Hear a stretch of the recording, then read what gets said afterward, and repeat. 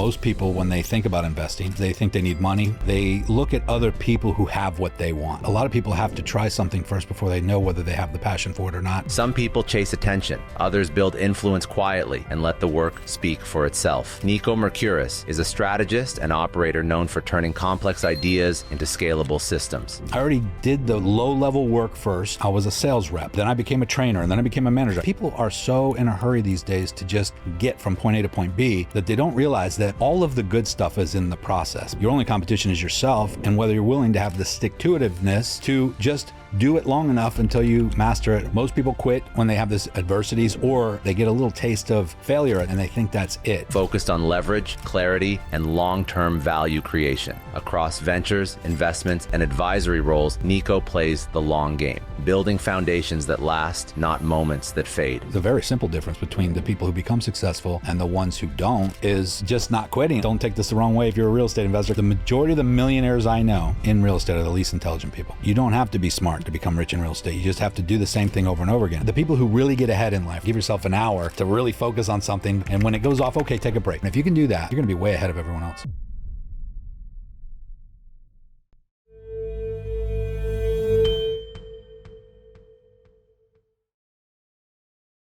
Niko, what's the mindset of a successful investor? First is that, most people, when they think about investing or they learn that they should invest, the first thing I think they do is they think they need money. They need to work on getting the money together, or they either have a job or a business that generates some kind of income. And then they look at other people who have what they want, right? They look at people who have the nice car, the nice house, or maybe they went to a real estate seminar or webinar and they learned about apartments or houses, or maybe I should invest in this. Or then they see this guy over here as a stock pro and they're like, oh, well, he makes a lot of money trading stocks. Well, what about this guy over here? He does crypto, and maybe I should do that. And so I think, first of all, it's investing in things you like, that you're interested in. First of all, think about that. If you're a dentist, for instance, you may have a dental website, but let's say your passion is golf. You can't be a pro golfer because you're a dentist, but maybe you can design your website with a golf theme. Yeah. So there's a way to include your passion in what you do. And with that example, what I'm getting at is that if your goal is just to make money, which a lot of people are, they just want money. Yeah.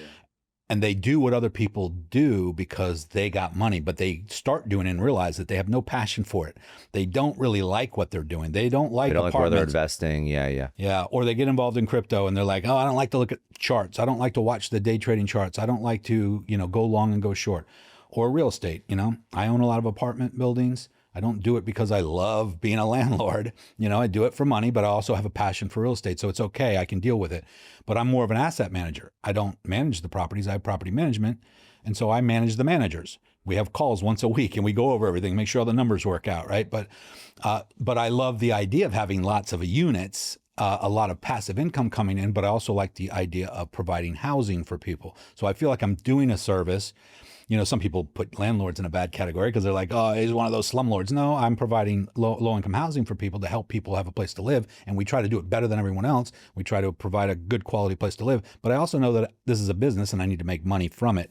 And so we have to lower our costs and expenses and increase our profit sharing, right? But I was going to say, I think that one thing that you picked up on that I love is, it's good if you're an investor. You should try and find something you're passionate about, but also passion comes through knowing something better than anyone else. I love this idea of, okay, so you could be passionate about anything if you spend enough time learning it, figuring it out, and it pays you and it's successful. No one wakes up and, the day they're born, they're like, I have a passion for low income housing. Right. But if you figure it out and you're good at it, then on the journey, you start to become passionate about it because you know it better than anything else. And I think that that's where people screw up passion, especially in entrepreneurship, which is something that I know more of than investing. But people I want to be passionate about the business I'm building. I'm like, start a business, get good at it, and passion will come. But you don't need to be passionate about dog food. But if you find a way to build a successful e-commerce dog food business, passion will come with that. That's true. So it's almost like the mindset is obsession, is mastery, is focus, is all these things that eventually lead to passion. When an investor is thinking, oh, God, I invest, first of all, what's going to have the highest return for your dollar in the shortest period of time in the safest way possible. You got to look at all these different things and maybe not put all your eggs in one basket, but I look at real estate. I'm a real estate investor. I also look at crypto. It is the future. It is happening. The government, the president is crypto friendly. The administrations, all of the laws are being changed to go towards that direction. It's something that's going to be around for a while. So I think all people should learn it and understand it. Even if it's not their passion, they should understand what's happening in the digital space. And owning some Bitcoin or XRP is certainly not going to hurt you, because if the value goes up 10x or 100x, that's an investment that will make you money. So understanding these different things, diversifying your portfolio, but pick one or two that you can see yourself doing for the rest of your life, and apply yourself that way, and don't think of it. And then as far as mindset goes, because here's what a lot of people make the mistake is they'll get involved with something, they'll start investing, and if they have a bad experience or it doesn't work out, they buy a duplex and one tenant moves out. Now they're not making money. It's not because the investing doesn't work or that the real estate doesn't work. You probably didn't have a great deal. You didn't buy a distressed property from a distressed seller. You didn't improve it and raise the rents properly. You didn't know what you were doing. Whatever reason, you didn't know what you're doing, right? Yeah. So always get educated on the investment opportunity that you're looking to get involved in first, from people who are actually doing what it is that you're trying to do. Where did your investing philosophy, spending the time, learning the thing, achieving mastery, adopting the right mindset, where did that come from? Did that come from your businesses you've built? Is that something that you've just learned through trial and error? Like, where did that, because obviously now you're a very level-headed, smart trader, investor, but were you always like that? Was that something you picked up from your past life, or was that through losing too much money? Losing money, trial and error. My mother was, when my father died when I was 8 years old, I have this weird thing, people hear the rags to riches stories, but we had like a riches to rags story. When I was a kid, up until 8 years old, we lived in a beautiful house on the water in Terra Verde Island, and had a big yacht in the backyard. My dad had a Rolls Royce in the garage, and people would think we were rich. But my dad died at 48. I was only 6 years old, and I didn't do anything to create that wealth. I was just a kid. But when he died, my mother, everything had to get liquidated to pay his taxes and all his debts. He owned a successful restaurant in the area. It was called Never on Sunday back in the 60s and 70s. And celebrities were there all the time. And my dad was like, didn't expect to die, didn't plan to die. So when he died, my mother had to start over from scratch. She had nothing.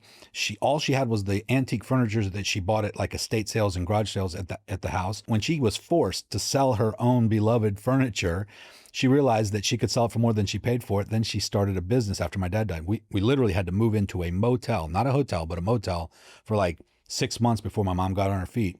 And so then, in and out of middle school and high school, I worked for her because she opened up a furniture store, antique store and jewelry store. I thought I was going to become a gemologist. That's what I wanted to do back then, because she had jewelry and I was trying on bracelets, and I still like jewelry to this day. But it's funny because I learned from her. Well, my dad was, an immigrant. He was basically, from Greece and had no education and had a very successful business. So I learned from both of them that it wasn't a college degree. It wasn't, a diploma or anything that's going to make me get what I want in life or become successful. It was finding something that you like or passionate about. And at the time, I really didn't have any passions. I just knew I wanted to get back what I thought we lost when my dad died, which was money. And so I just started looking at everything in the financial world. For some reason, I was drawn to the stock market. I was drawn to real estate, all the things that people talk about as how you get rich: real estate, stock market. This was before crypto. And, but I went to work at a telemarketing office, got a job as a telemarketer, call center, quickly became one of their top salespeople because I was doing something different than everyone else. Instead of trying to read the script and pitch people, I was asking, questions, and I was doing what we call today attraction marketing. Yeah. Back then, there was no internet, there was no Facebook, there was no Instagram, there was none of that stuff. But I understood how I wanted to be talked to. From working from my mom, probably in the. It's ironic. The best way to sell anything to anyone, you just treat the customer like you want to be treated with respect, right? Yeah, yeah. But it was funny because it was a one call close situation. Like if we didn't sell these people on this call, we'd lose them forever. There was no follow up emails. There was none of that. So it was like, but I was good at it. So they took me off the phones and wanted me to teach other people how to sell in the office. And so I became the trainer, and then eventually became the manager, and then the director of operations, and then the owner died of that company, and I ended up starting my own call center. And I wouldn't say quickly, it took about 3 or 4 years, but I built that up to about 150 employees. And I did it, what to me sounds logical, but for most people are like, wow, I can't believe you did that. I opened up an office. I had it all outfitted with all the stations and the computers and the phones and the systems and everything. And it was just me in this office with 24 seats. And because I already knew from working at office what needed to be done first. So This is when you first started your when I own. first started my Yeah. own office. So instead of hiring anybody, I just set up the office because I knew that that needed to be there first. And this is kind of like what I teach people now is that don't worry about this down the road. Just do this next step first. So that's what I did. I set up the office, got everything ready. And then I ran an ad in the paper and for employees. And then when they called, I answered the phone as the receptionist and I set the interview for them to come in for an interview. And I would book like 10 interviews for like one day. They would all come up to the office and they'd be in the lobby and I would come out of my office and I would interview one at a time. I would take them back to my office, interview them, hire them if not, or not, and then schedule them for training. And then after I went through 20 or 30 people, hired them all or whatever, they would all come back on a certain day for training. I was the trainer. I was training them in the sales office. And it was just me in this whole building, no one else. And then This is like how you start, though. This is how Yeah. you just got to do whatever it takes. yeah. And I brought these salespeople and then I told them to show up on Monday to start. And then they show up into the sales room. I'd bring them into the sales room where all the stations were. And I was the manager and I would manage them and I would listen to the conversation and I would tell them what to say. And as soon as I found one of these 10 people or so that started to get the hang of it quickly and understood things, I took him off. I said, you're the best one here. Get off. You're going to be the manager. You're going to be the trainer. So now I'm still taking inbound calls from ads. I'm still scheduling people for interviews. I'm still doing the interviews. But now when they come in for training, this guy, the top salesperson's the trainer. And then I did that repetitively over and over again until we had 24 seats filled for day shift and night shift. And then I took someone else off to become the manager. And I pretty much outsourced myself. And then I got the last person I put in was the receptionist. Like I kept doing that because I didn't really need her. I was. So then I had a receptionist, I had a trainer doing the training, I had a manager managing the sales floor, and then I was just kind of overseeing everything. And so, and that became very successful. We built that up to $12 million a year in gross revenue within 2 or 3 years. And but it's because I already did the low level work first. I was a sales rep. And then I became a trainer and then I became a manager. I did every job first. And so this is what people are so in a hurry these days to just get from point A to point B that they don't realize that all of the good stuff is in the process, but it seems like the worst stuff. Everybody just wants the result. But if you could just be happy with the process, like actually enjoy doing these steps to building that thing, then you're going to be a lot happier because the result's awesome, but But I don't even think you can ever achieve the result without going through every entrepreneur that I know, not CEO from, Ivy League that worked for McKinsey that's transplanted in, but every true entrepreneur, when they started, they've done everything in the business. Like that's just what it takes. And I think that that's the difference between like a CEO, a professional CEO versus like entrepreneur can tell you in detail how every single part of the business runs. And they'll probably like talk your ear off. They know so much about their damn business. Like, but this is what it takes. Even to this day, when we hire someone to run our ads for us, Facebook ads or whatever, they talk to us like we don't know anything. And I'm like, you have no idea. We've already done this ourselves for like 3 years. So this business is going well. Yeah. What happens in 2008, 2009? And how many employees you had? You had like over 150 employees at this point. Yeah. And then it all went to zero. Well, what happened was the real estate market crashed, and I had about $4 million worth of that property. I had condos on the beach. I had a couple horse ranches, basically, over in Odessa and Tampa, Tarpon Springs, and I was living in one, and I would go stay in the other, and I'd go down to the condo on the weekends. So they were all empty. These were not. They were not investments. I wasn't even renting them out. So this is how I learned about real estate. So. Because when the real estate market crashed, I had mortgages on some of these that I ended up owing more than they were worth. So I did something called short selling where I basically sold them back to the bank for less than what I even owed, pay the difference. It was dumb. I didn't know what I was doing. But what happened was that I said, okay, that's not going to happen again because someone after the fact told me what I did wrong and what I should have done. And I was like, I could have kept all that. In fact, right now, if I would have kept all that, it'd be worth $10, $15 million today, probably more than that. And my debt on it was about 3 at the time. And so I just didn't know what I didn't know. And so I decided to go to workshops and boot camps to learn about real estate because I realized the mistake I made. So that was one of the times. And also at the exact same time the real estate market crashed in 2008, going into 2009, I lost $1 million a year contract in the call center. And that was netting me about $1 million a year in revenue. So it was like a double whammy. So now I had money saved up, and I'm confident in myself. I'm like, oh yeah, no big deal. I'll figure out something else. And over the next 3 years, I probably lived off my savings and my income and dwindled it down to almost nothing. So I went from multimillionaire down to pretty much broke again. Had to sell the properties I was in, and I was like, if I would have just known a little bit more about real estate, I could have rented this one out, and that would have covered Could have cash flowed, and I could have done a lot. Yeah. I think I was in a state of shock for a little while and didn't realize, how the severity of the situation until after it was too late. Since then, I mean, I built up a portfolio of over 300 units, and I've done it again. But that's the thing. It's like most people quit when they have this adversities, or they get a little taste of failure at something, and they think that's it. Or they just say, you know what, I tried that before, I'm not going to do that again. And the difference, I think, the very simple difference between the people who become successful and the ones who don't is just not quitting. I mean, I used to tell people Nike, the slogan for Nike, just do it. I didn't think much about it until one day I was realizing that everything I've ever done, every success I've ever had, it was just because I just did it. It was just because no matter what. And it was funny because we were talking about this before I came on today, is that, I don't put anything off. Like if I can get something done, I do it, and I do it right then. And no matter whether I have butterflies in my stomach or I'm nervous or I'm scared about it, the difference is I just do it anyway. And if people can just get that mindset, I mean, the stick-to-itiveness, that just see it through, until the end, they would see a lot more success with the things that they've already given up on. So how did the business die? Because the business wasn't a real estate business. The call center didn't die, actually. What happened was I brought in a partner to help, and he had some different contracts to sell.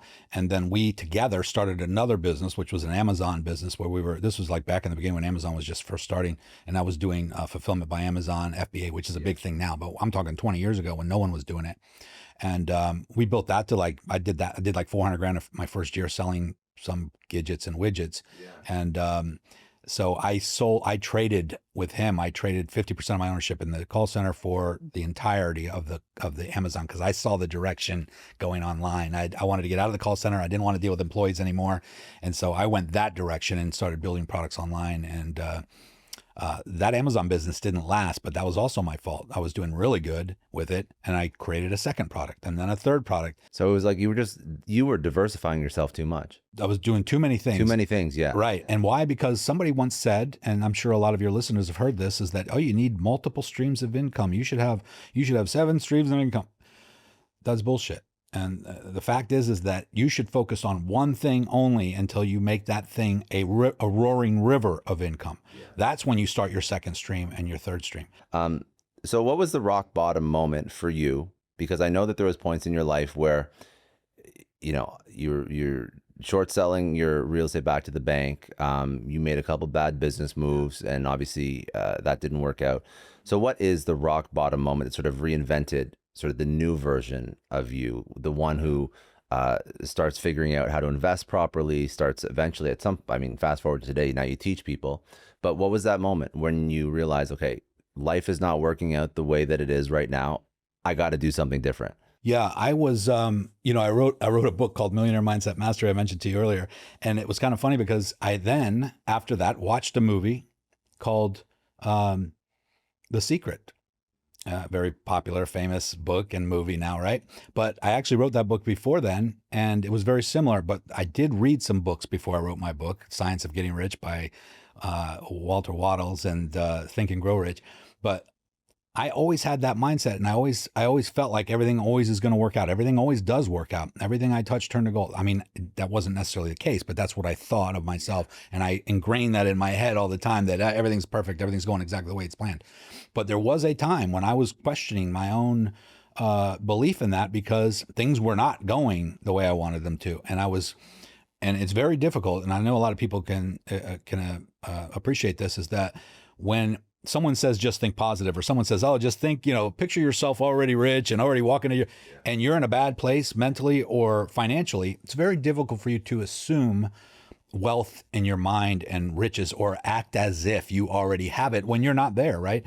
And so, but I did that for so long, and it seemed to work for so long that it was very difficult for me to not do that. And so people would be like, "Oh, you're losing your house. Where you go? You know, how are you so positive? Why you still walk like you're a millionaire?" I said, "Yeah, I mean, I don't know what else am I going to do. I'm not going to."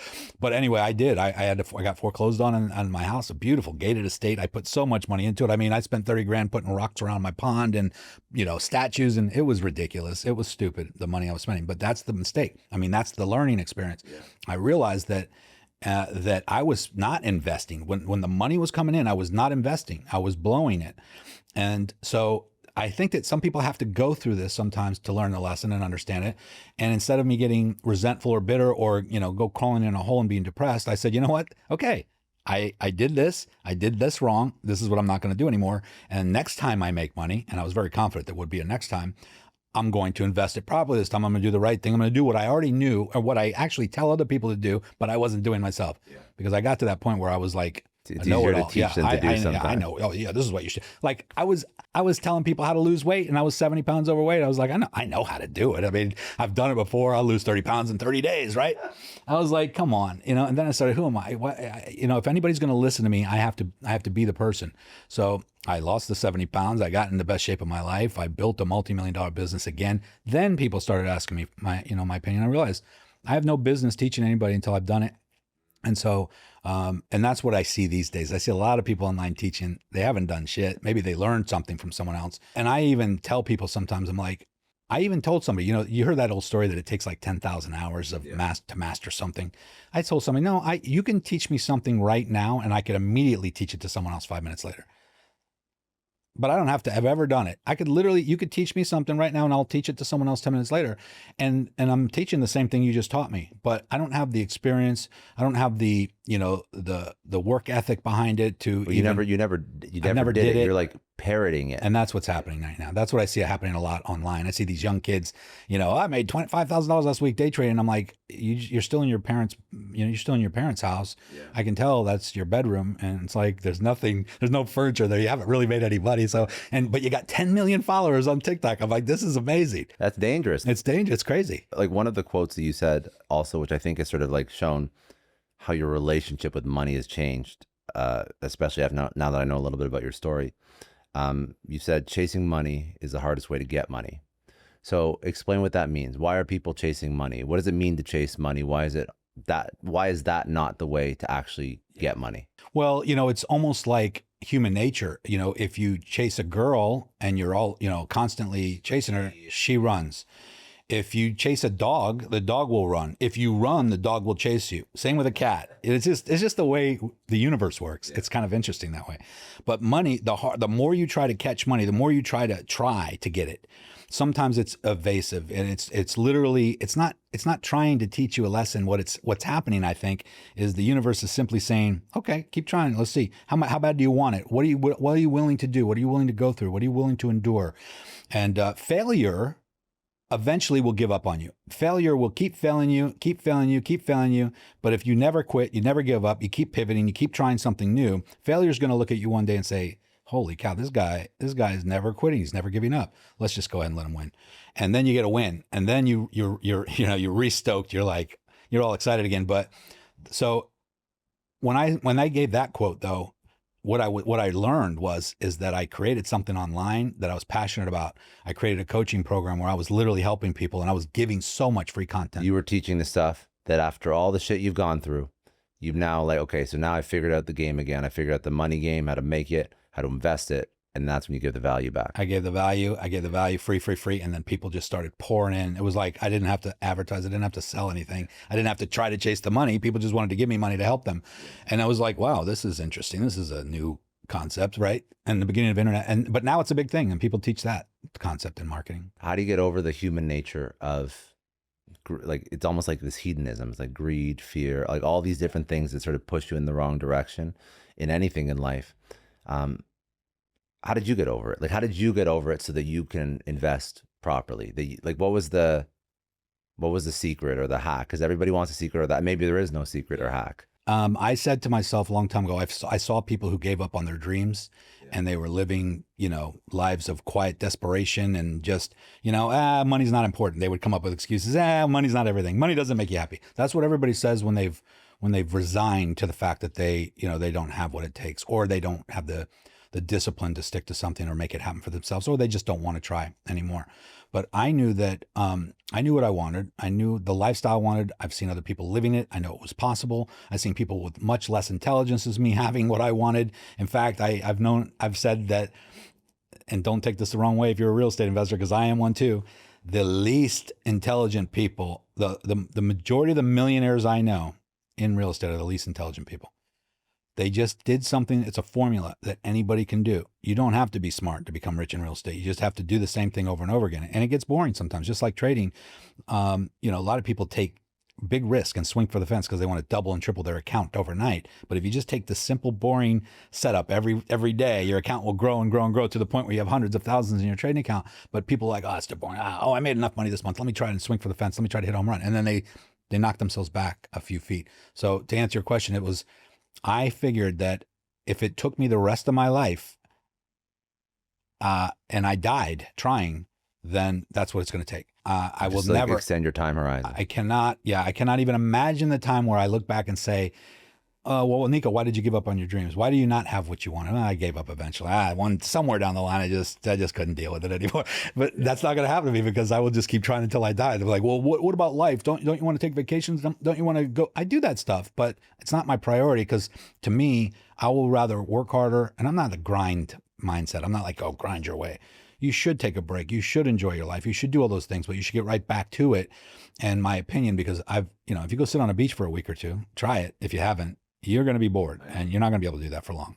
I'm a creative mind, so I like to get back to work. That's me personally. But if you have any delusions of becoming rich in this world, when I say rich, I mean $5-10 million in the bank or more, or $10-20-30 million worth of assets, which a lot of people, that's not even that huge these days. It is, don't get me wrong. That's life-changing money. But if you have any illusions of getting to that level, you need to understand a few things. You need to understand leverage and discipline. Because, the millionaires, the billionaires that you respect and look up to financially, they all used a tremendous amount of leverage. They either borrowed a lot of money from the banks to build businesses or buy apartment buildings or real estate. Elon Musk, I think, borrowed $40 billion against his Tesla stock to buy Twitter. And Jeff Bezos borrowed $200 million against his stock portfolio to buy a mega yacht. And, people will say, oh, well, Dave Ramsey says you shouldn't get in debt. Well, don't listen to him. You're going to be broke your whole life. Yeah, you won't have any debt, but you won't have anything either. You have to use leverage. You have to understand how to use it properly. And that's the thing. A lot of people use it the wrong way. They get their credit cards, they go to the mall, and they buy stuff that depreciates in value. Bad debt, bad leverage. So let's talk about leverage, aka debt, but also discipline. Those are two important ideas. How do you apply them to your investment thesis? Yeah. So when it comes to real estate, we built a large portfolio. I have a couple partners and we're over 300 units and probably 8 or 9 buildings. And we don't buy duplexes. We buy like 45 unit apartment buildings or 60 or 80 or 100 unit apartment buildings. And I was scared to death to do that. In fact, the first programs I went to, they said, start small, buy a house or buy a duplex, buy a quadplex, work your way up. And then I saw this guy who said, well, I was going to do that, but then my very first building was 50 unit. And he realizes that the way I look at it, and I know this is a little off topic, I'm going to get to it, but 50 units, if you buy a duplex because you think it's the safe approach and you put 2 tenants in there and one tenant moves out for whatever reason, you now have 50%, half the income coming in than you did. You're losing 50% of your income. If you buy a 50 unit apartment building and one tenant moves out, you still have 49 people paying rent. You could lose 10 more tenants and still have enough money coming in to not only cover all the expenses, but still be profitable. So it's actually safer to buy a bigger building. A lot of people think it's scarier, but it's actually easier to buy. The banks want to lend on it more because they know it's more profitable. They look at it as a business. But how you buy it is important. So you don't just go buy anything just because it's for sale. There's a lot of stuff for sale out there. And also people that are listening to this probably don't have tens of millions of dollars cash that they're going to put into an apartment building. And even if you did, I don't recommend you do. So what we do is we look for distressed properties from distressed sellers, not just one or the other. And there's a reason why, because a distressed property usually means that the seller or the owner didn't take care of it. They didn't understand how to manage it. They didn't have property management, or they manage it themselves, or they're out of towner and the place is just run down, but it has a lot of potential. And then you got that mixed with the seller who's also desperate for money and they need to get out. So they're willing to sell this place at a tremendous discount. The after repair value of it could be $10 million, but you're able to buy it for 2.3, let's just say, hypothetical. But this happened to us once, so it's a good example. And so now they need cash right now, but you don't really want to go conventional because a bank's not going to loan on a distressed property from you. So you work out a deal with the seller. Okay, listen, I'll give you $100,000 down. That'll, you just, we'll just take over your first mortgage. We'll take over your debt, and you carry a note for us for the next 10 years or 20 years at this much with no interest. You get someone to, and I know that might sound, well, who's going to agree to that? Many people do. We do this all the time. But you have to find the distressed seller with the distressed property who's in a desperate situation, who's willing to do that. It's a win-win situation. You're taking over their debt. You're able to take over the property. And if you have a little income or some partners that do, you can then slowly rehab those units, get tenants in there, and then the income coming in from those tenants are going to help you continue to rehab it until it's fully rehabbed, fully occupied, restabilized, and now worth $5-10 million. Then what do? You refinance it, pull all that equity out, pay off the first seller, pocket all that equity tax-free because it's loan proceeds, and then your tenants continue to pay off that new debt. You take that money and go buy a new unit. So do you need money to buy real estate? Yes. Does it have to be your own? No. But you definitely need money. But not that much. But not necessarily that much. So we bought a $4 million apartment, for instance, with $100,000 down. But you need, in order to find those kinds of deals, you need what's called deal flow. You need a way to get those kinds of deals coming across your desk so that you can actually analyze them. But we would analyze 100 deals to find one like that. So, but that's the thing. That's where discipline comes in. Like if you're not willing to look to do the work, the underwriting for 100 properties before you make one good offer. And by the way, there's another thing that a lot of people don't know. We try to find all the reasons not to buy a property. That's our vetting process. We look at, okay, let's figure out why this isn't a good deal. Let's try to eliminate this from a deal. And if we can't find a reason not to buy it, we buy it.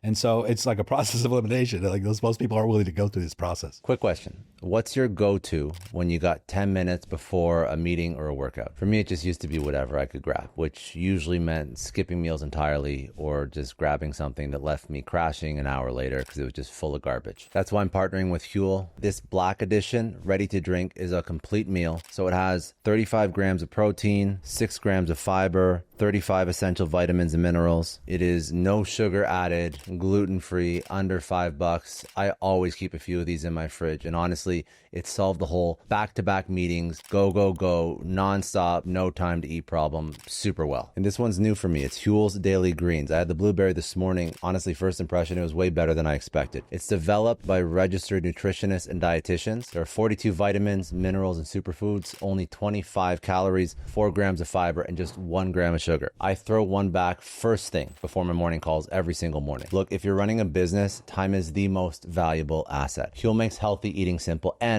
they also just launched into Target stores nationwide, so you can get it everywhere. Try both products today with 15% off your purchase for new customers with my exclusive code SCOTT at Huel.com/Scott. Try both products today with 15% off your purchase for new customers with my exclusive code SCOTT, SCOTT, at Huel.com/Scott. Use my code, fill out the post-checkout survey to help support the show. That is Huel.com/Scott. They really make healthy living taste amazing. Even if you're on the go, healthy eating, healthy lifestyle, doesn't have to taste bad. It doesn't have to suck. NetSuite is a success story partner. Now, what does the future hold for business? If you ask 9 experts, you'll get 10 answers. Bull market, bear market, rates are up, rates are down. At the end of the day, it'd just be easier if somebody invented a crystal ball. But until then, over 43,000 businesses have future-proofed themselves with NetSuite by Oracle, the #1 AI cloud ERP that brings accounting, financial management, inventory, and HR into one unified platform. Here's what I love about it. Instead of juggling multiple systems, you get one source of truth, real-time insights and forecasting that actually let you peer into the future with actionable data. When you're closing your books in days instead of weeks, you're spending less time looking backwards and more time focusing on what's next. Whether your company is earning millions or hundreds of millions, NetSuite helps you tackle immediate challenges while seizing your biggest opportunities. If I needed this product in my business, this is what I'd use. It's a game changer for business visibility and control. If you want to see how AI can transform your financial operations, download the CFO's Guide to AI and Machine Learning for free. That's netsuite.com/Scott Clary. That's netsuite.com/Scott Clary. netsuite.com/Scott Clary. So for people that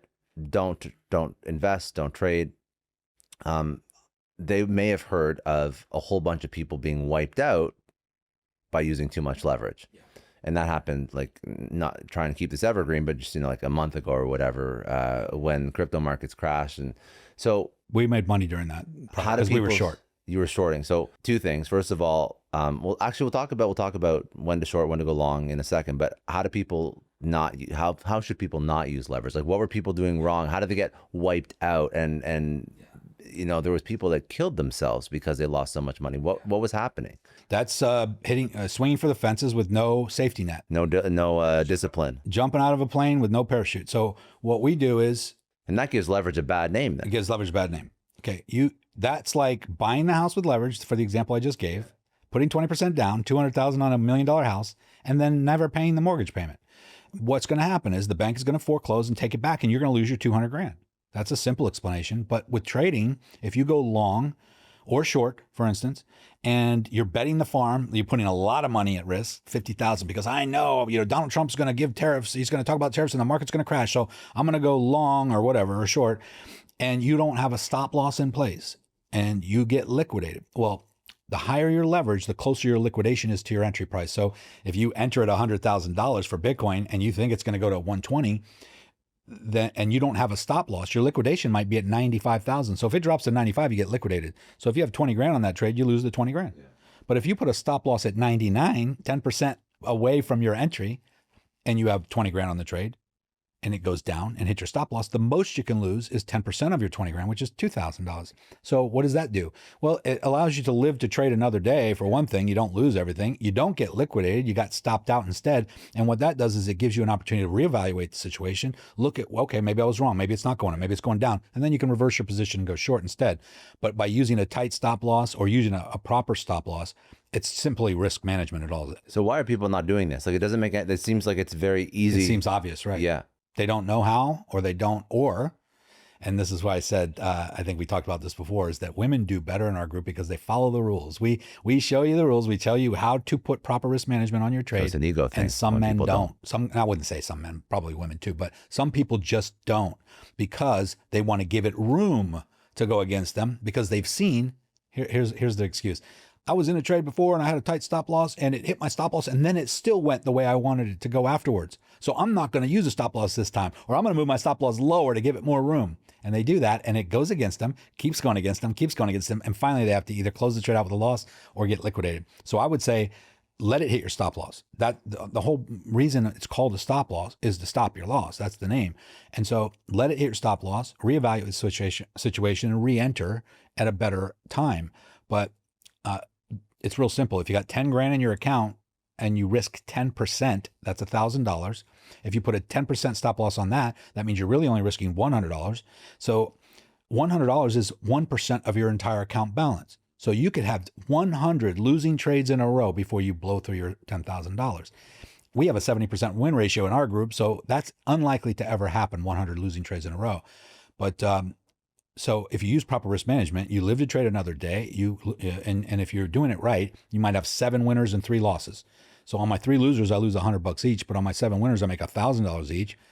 You just have to understand that that's the cost of doing business. So you notice that women play by the rules that you're setting up, and they follow the system more often than men do. Yeah, it's weird. We have women killing it in our group. And that's so funny. Yeah, it is funny because they're a little bit less risk averse. They don't want to. They're not trying to hit home runs. They're trying to really learn.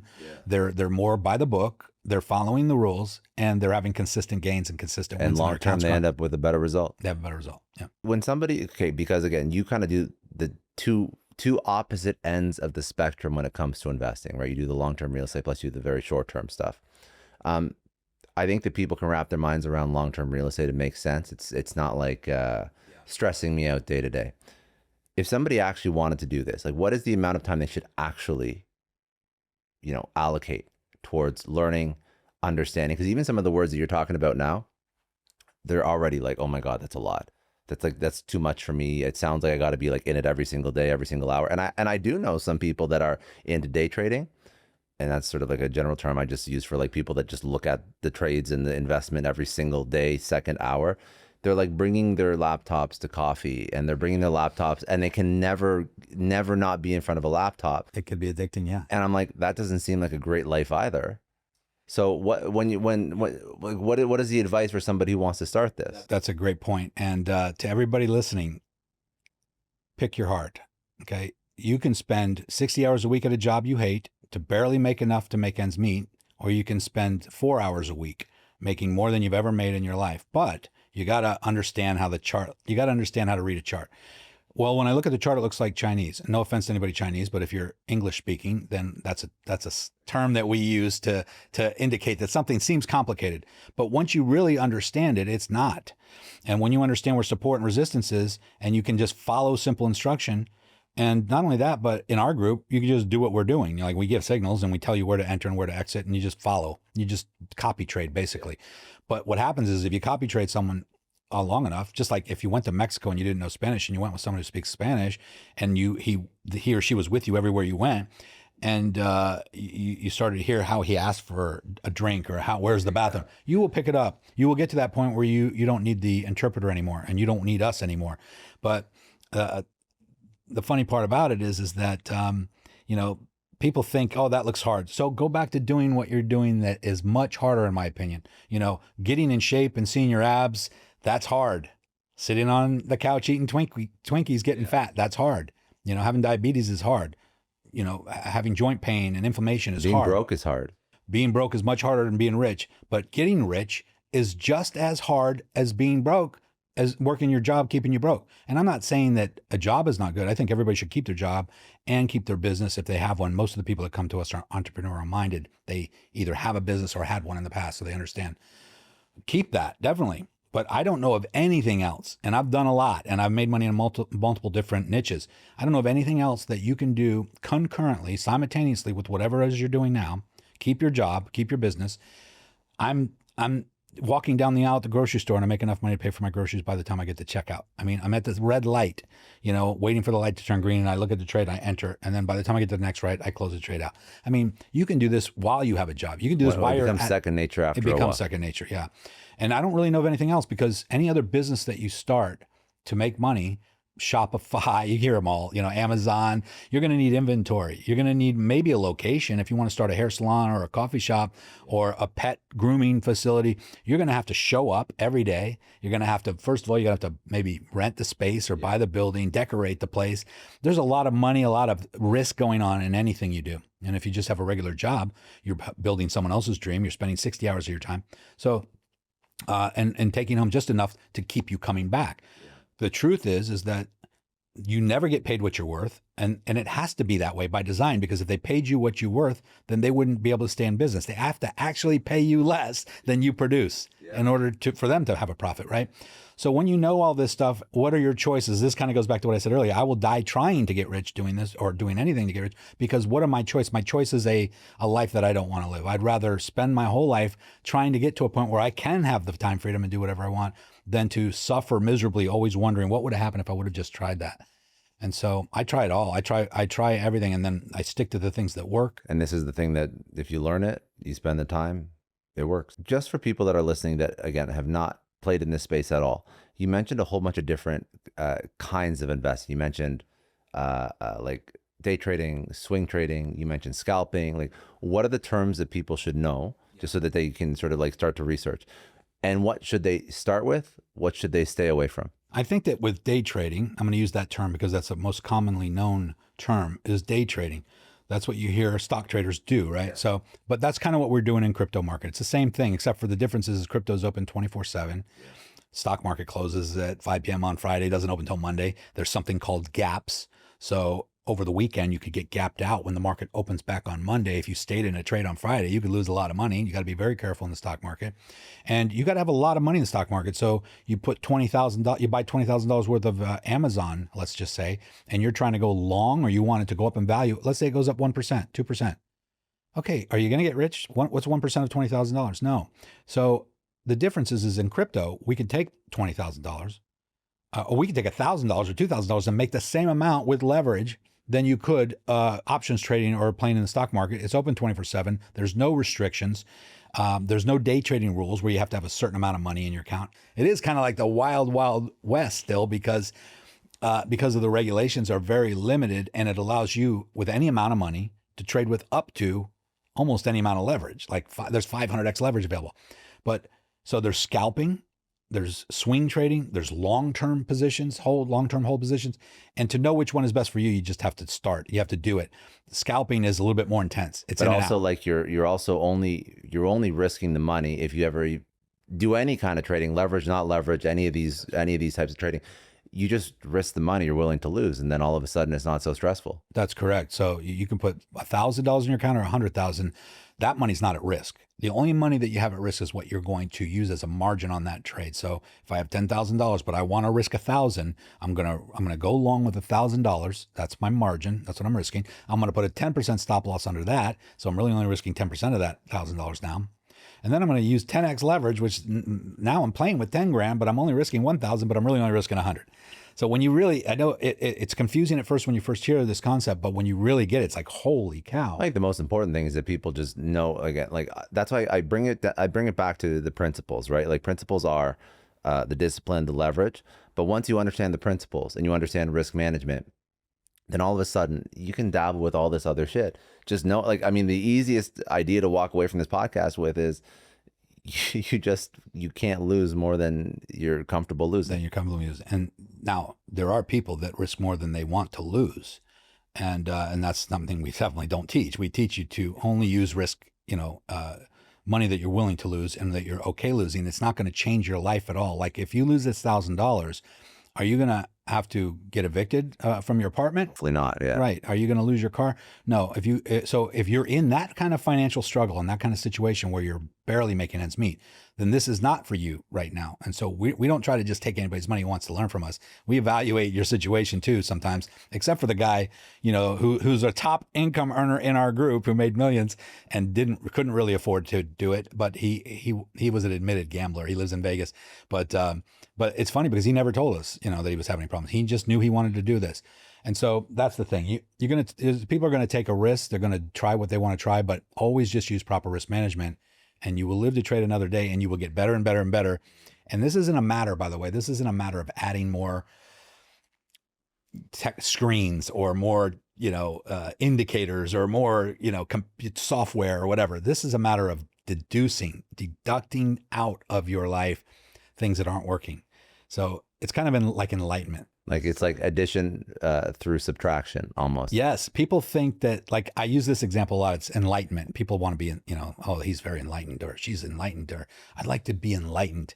They're on that enlightenment craze, right? And they think they need stuff to get enlightenment. Like, oh, I need to get this new water bottle, or this new yoga mat, or I need to go to this yogi over here.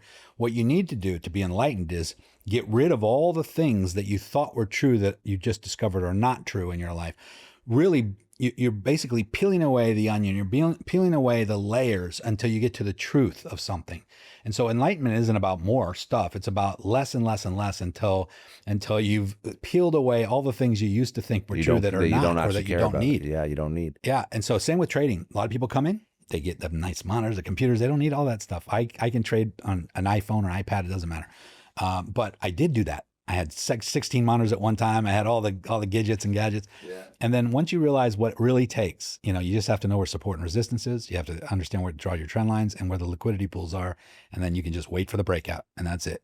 And you scalp it, close the trade out, wait for the next trade setup. Indeed is a success story partner. Now, if you're hiring, Indeed is all you need. Let me give you an example. If I needed to hire a new editor for this show, I'd go to Indeed and be super specific. Not just, can you edit audio? I'd say I need someone who's edited a conversational podcast for at least 3 years, gets our style, and knows our software. Someone who's done this before. And here's the thing with Indeed sponsored jobs. I'd get people who fit that description. I'm not digging through resumes from people who've edited one YouTube video. I'm getting actual podcast editors who know what they're doing. People who've worked on shows like ours and can prove it. That's what makes a difference. You get people who actually are what you're looking for. According to Indeed data, sponsored jobs posted directly on Indeed are 90% more likely to report a hire than non-sponsored jobs. And people are finding quality hires right now. In the minute that I've been speaking to you, companies like yours have made 27 hires on Indeed, according to Indeed data worldwide. Spend more time interviewing candidates who check all the boxes, less stress, less time, and more results now with Indeed sponsored jobs. And listeners of this show will get a $75 $25 sponsored job credit to help you get your job the premium status it deserves at Indeed.com/Clary. Just go to Indeed.com/Clary right now and support our show by saying you heard about Indeed on this podcast. Indeed.com/Clary. Terms and conditions apply. Hiring, do it the right way with Indeed. HubSpot is a success story partner. Now look, if you're in marketing right now, or if you're an entrepreneur who's hired marketers, or if you're a founder who leads a whole marketing team, you know the drill. You are creating content for 12 different channels. You're launching campaigns. You're scoring leads. You're analyzing all the data. And somewhere in there, you're actually supposed to do great marketing. And it's exhausting and you're spread too thin. But this is what actually works for marketers to give you your life and your time back. HubSpot's Marketing Hub, HubSpot's Content Hub, combined with their new AI called Breeze. Now, what this actually does is basically everything that you shouldn't have to do yourself. It remixes your content instantly, so you're not starting from scratch every single time. It handles lead scoring, so you know exactly who to focus on, which customers will probably convert, and it pulls all your analytics and your data and KPIs into one place instead of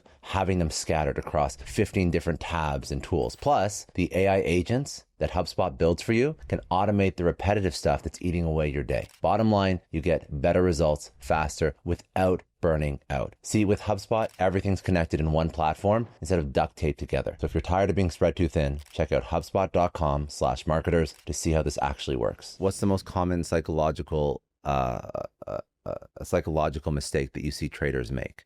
Well, I mean, being overconfident or in a direction of the market. One thing I do when I first show somebody how to do this is I zoom in really, really far on the screen so that they just see the current local direction. And I say, so if you were to guess right now, which way is the market heading, up or down?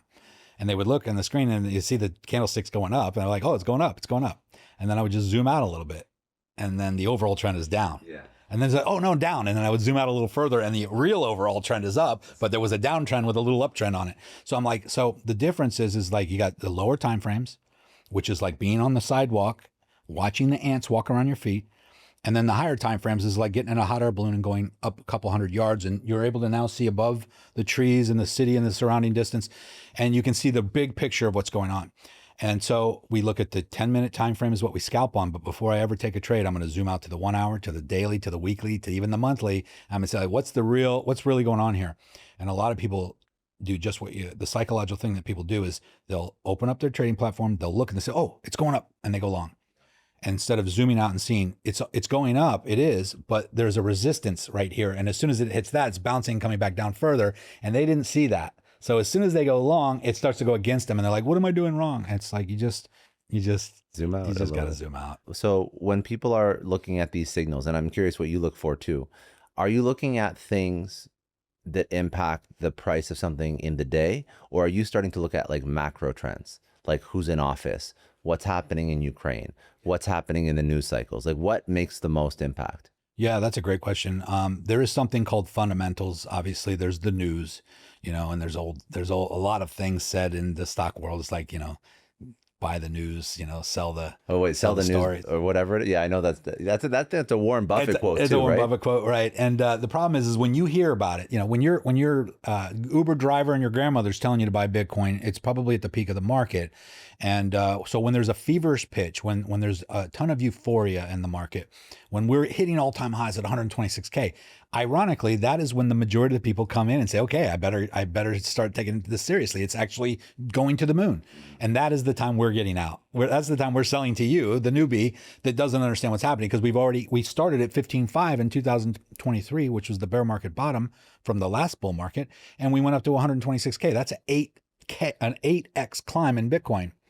So we've already did the bull market here. Now we're coming into the end of the year. We know fundamentally and historically that crypto has 4-year market cycles. So we have 3 years up, 1 year down, bear market. 3 years up, 1 year down, 3 years up. We are now going into November, December of the 3rd year of a bull market cycle. That's all you need to know that the bull market's probably over soon, probably by the end of this year. But That doesn't mean you shouldn't get into crypto or you should, because we're going to make just as much money on the way down in the next bear market. Now you can short it. By shorting the market. Right. And so a lot of people only get excited when things are pumping and everybody's excited. That's when the news talks about it. That's why the news talks about it. And that is the time that smart investors are exiting their positions, or at least converting over to maybe different coins that are now going into what we call altcoin season. But Donald Trump talking about tariffing China 115% caused a huge drop in the market.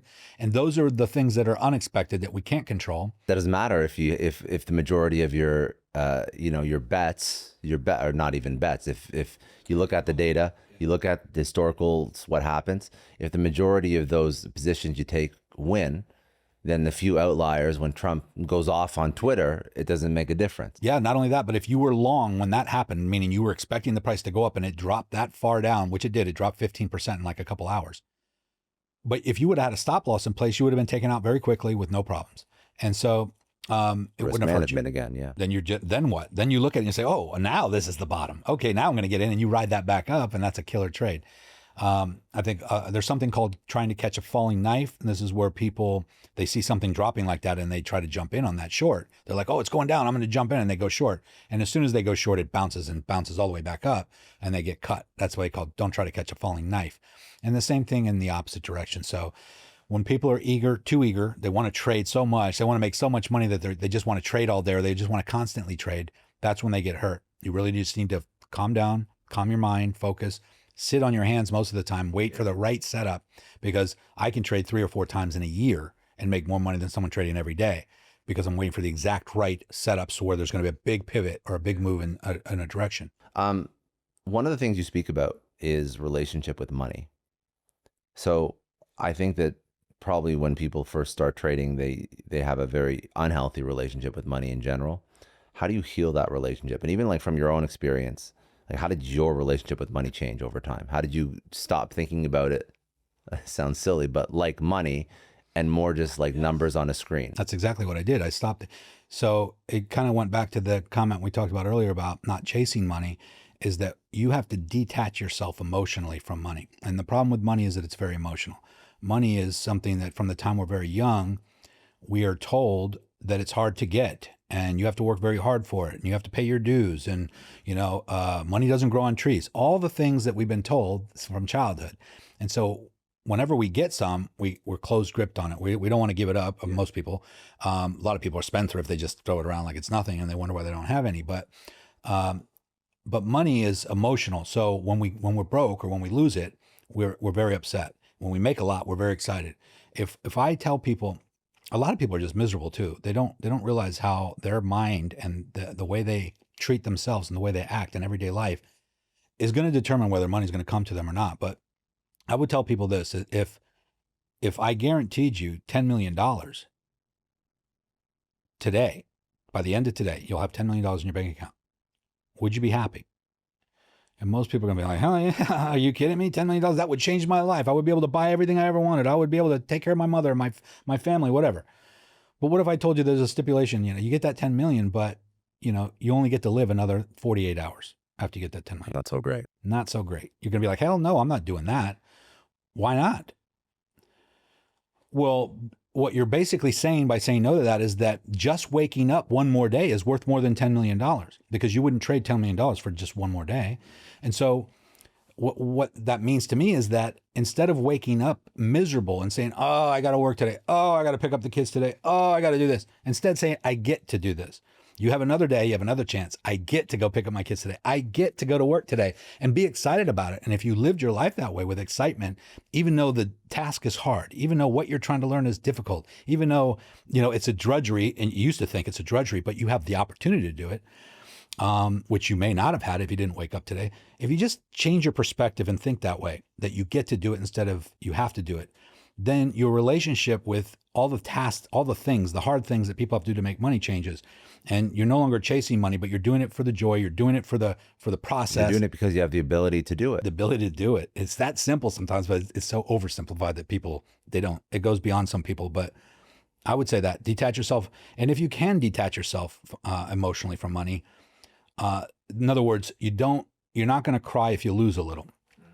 Some question I ask people is like, if you're driving in a convertible car 80 miles an hour on the interstate and your top's down and you pull your wallet out and a $100 bill flies out, are you the kind of person that is going to get off at the next exit, drive back 10 miles, get on the freeway to try to find that $100 bill? Or are you just going to chalk it up as a loss and keep going and laugh about it? And it's profound, the answers, that because when you really think about what kind of person you are, a lot of people are like that, where they would literally go and try to find that $100 bill. I mean, it's $100. I had to work hard for that. My mother, another example, she would call me up. Hey, honey, what's the price of gas down there in Florida? I'm like, I don't care. I don't know. I don't know. It's what like it it's is. a bad relationship with money. It's people are more concerned with preserving it than trying to like spend the time and energy to learn a skill to make more. And it's not about like not respecting it. It's never about not respecting it. It's about respect it, but then you should take the money you do make and find a way to use it to compound that. Yeah, money. I always tell people, money is like children. Money is like little soldiers. Okay, when you have $10, $100, $1,000, $10,000, and you deploy it, invest it into something, you're putting those people to work for you. You're putting those dollars to work for you, right? And then they're going to multiply and grow into a bigger and bigger army. But you're going to have to go. You're going to have to go with missing those people for a while. They're gonna leave you for a little while. You're not going to have them to play with and hold or to see in your bank account. You might even be broke for a little while. It doesn't matter. It doesn't matter because they're going to work for you. That's right. I see some of the richest real estate investors I know are cash poor. They don't have any cash, but they're worth 20 million on paper because they're building assets that are going to go up in value over time, which will retire them and create passive income for themselves. But every time they have a 50 grand or an extra 100 grand from their business, they dump it into another investment. Of course. I think, I mean, like, I'm not a real estate investor, but I'm the exact same way. It's like whether or not it's going back into this business, going back into my investment. Like, I hate sitting on cash. I cannot stand sitting on cash. Right now, if I make money, I'm finding a place to invest it immediately. And you should. And that's a great point, because money, people are so emotionally attached to it. People are so scared to lose it or to make it, but they hold on so tight that it actually ruins their life. Yes. What's your advice for somebody? How do they, make enough money to start investing? And when should they start investing? Well, I think the sooner the better. But in order to invest, you do need some investment capital. You do need some resources, right? So, if I had to start over myself, I would probably get a sales job or two, and I would work as much as possible and try to save up $5,000, $10,000. That's not a lot of money. And that can happen pretty quickly if you're living a little bit below your means and you're not out blowing money on stupid stuff. Don't worry about dating. Like if you're young, women, if you're a young man, just speaking from experience, that's very expensive, first of all, and they expect a lot more from you than maybe you can afford. So I would get your financial act in order, get your house in order, get your own finances in order, build something first, become what it is you want. Don't get sidetracked with all the distractions. It's easy for me to say. It was very hard for me to do myself. But I think it's very wise advice. I think that if you are, I think I've tweeted this out before, and like people gave me a lot of shit for it. It's like, make money before you date. In a perfect world, yeah, because dating's not cheap and relationships are not cheap, and it doesn't have anything to do with gold diggers or anything like that. No, but you can't be a provider. You can't even take care of yourself. That's right. It's not fair to the person that you're dating. That's right. Because then you're going to expect them to take care of you too if you fall on hard times or if something comes up. I think that you should focus on being competent, being some level of successful, finding a way to make some money, figuring out who you are and the value you contribute to the world. And when you do that properly, money will come back to you. And then on that journey, you'll become a better partner. You will become and much more attractive. I agree. When you're not struggling yourself and you've got your act together and you've built something, you become very attractive to everybody, not just the opposite sex or whoever you're looking for, but you also attract the type of person that vibes and matches with your level at that time. Yeah. This is why people who win the lottery end up broke within a couple of years, because they didn't become the person necessary to handle that amount of money. You hear these stories all the time. You win 20, 30 million, 50 million, and within a short period of time, they're broke. They've given money to their friends, their relatives. They bought all the luxuries, paid cash for everything because they didn't understand money. And then they end up with nothing and they don't understand, well, money's evil. No, money's not evil. You just did the wrong thing with it. Yeah. And here's some advice to anybody who might win the lottery or come into money very quickly, because if you didn't earn it and you didn't build something to actually, because when you do arrive at a level of millionaire status, you had to become the person that was able to handle that during that whole process. And this is what most people don't get. it's a process of getting you to that point. So when I first realized I was a millionaire, I wasn't even excited. I wasn't even jumping up and down. I was, you're a You've gone millionaire? through so I'm much like, to get there. yeah, Yeah. I guess I am. But then it was like, holy cow, if I should be from what I went through. But if you won $50 million in the lottery or just came into it, and I know this doesn't appeal, doesn't matter to most people, but it is something you should think about.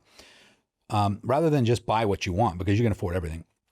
You should really, set yourself up and trust and have the right holding companies and things like that. And you can have everything you ever wanted without spending one dime of your money. And people don't understand this. Well, because they didn't make it. They didn't become the person that actually would, in most circumstances, deserve and get $50 million. That's right. Because if you earn $50 million, you would have all the structures, the trust, the limited liability companies, the structures in place. You would have all the finance you would have learned something by then. But if you just come with $50 million, all of a sudden it's handed to you. Yeah. My advice would be that if you want the nice house, get a mortgage. If you want the cars, lease them. If you want the boat, finance them, and put that $50 million into a high yield earning, maybe very low risk T-bonds or whatever, some kind of mutual fund where you're getting 5, 6, 7% per year, because that's $2.5 to $5 million a year in passive income in for the rest of your life. And that's enough to pay for all the mortgages and the car payments and the lease payments on all the stuff you want forever without ever spending your $50 million. Where can people connect with you, and where can people sort of learn more? Obviously you have a great YouTube channel, but where do you want to send people? Yeah, I mean, I'd definitely like to offer something of value to any viewer out there that resonates with what I'm saying or wants to learn what we do. Crypto Renegades, you can send me a DM on Instagram. It's at Niko Mercuris. I think the link will probably be around here somewhere. I'll put in the show notes. Yeah. My YouTube channel is at Niko. Everything is under my name, Niko Mercuris. But if you just comment on any of my videos, either on Instagram, YouTube, Facebook, wherever you find me, or send me a DM preferably, and mention this podcast, what I will do is we do have a 5-day training, a workshop that we did. We charged $1,000 for it at one point, and it's basically a step-by-step 5-day workshop that we did. We will unlock that. I will send anybody who sends me a DM a link to where they can get that unlocked. That'll be free for them. And I'll also send you a link to my next upcoming live webinar workshop that I usually spend 2 to 3 hours on this, sharing my screens, trading live, showing people how it's done. You can watch me do it right in front of your eyes, probably watch me make hundreds, if not thousands right in front of your eyes. And you will know right then if this is for you, if you can do this or not. And I think most people, when they see it, they're like, oh, I thought it was gonna be harder than that. Oh, I thought it is. So it is something that it's learnable for sure. It's teachable. We're good at teaching it. We have over 3,000 students now in our mastermind. And yeah, I'd be happy to show anybody who sends me a message how to do it. By the way, if you do reach out to me on Instagram, look for the little blue check next to my name. We are meta verified. There are some imposters. I do have some imposters, unfortunately. They're pretending to be me. Last thing I want to ask, you've given over a lot of wisdom. You've gone through a lot of ups and downs to get to where you are today. If you were going to pass over just one piece of advice to your 20-year-old self, like the one thing that has made the biggest impact in your life, what would that piece of advice be and why? Get rid of shiny object syndrome. And this is something I think we all have. Put the blinders on, focus on that one thing. If it's real estate, if it's trading, if it's crypto, I do all three. I do real estate and crypto because crypto is the future, digital currency is the future, and real estate's not going anywhere. Everybody needs a place to live. I love both. I love the short term and the long term. I love the fast paced, make money right now. And I like to put it in something that I know is going up over time, steady and like rock solid. Focus. That's the hardest thing in this day and age. Start there though. That's the point. Yeah, that's true. I learned that from being distracted and trying to spin 10 plates at once. And if I would have just focused, if I would have just picked real estate, for instance, or picked trading, for instance, early on, I would have probably been much wealthier 20 years sooner. And it's like, that's the hard nut to swallow sometimes, because you're like, yeah, okay, well, it's too late. I can't go back and change that. I can only go from this point forward. So I don't care if you're 20 or 60. We got people in our group all ages, and you can be 60 and still become a multimillionaire in the next couple of years if you just learn the simple strategies. But you just got to put the distractions down. Yeah. We live in a TikTok age, everybody's scrolling day or night. We're all guilty of it. You got porn, you got YouTube, you got all these things. And I say that jokingly some of my webinars, but there's so much distraction. Of course. And the people who really get ahead in life are the ones who can just put that stuff aside, focus on something. Get one of those egg timers or something and give yourself an hour to really focus on something. And when it goes off, okay, take a break.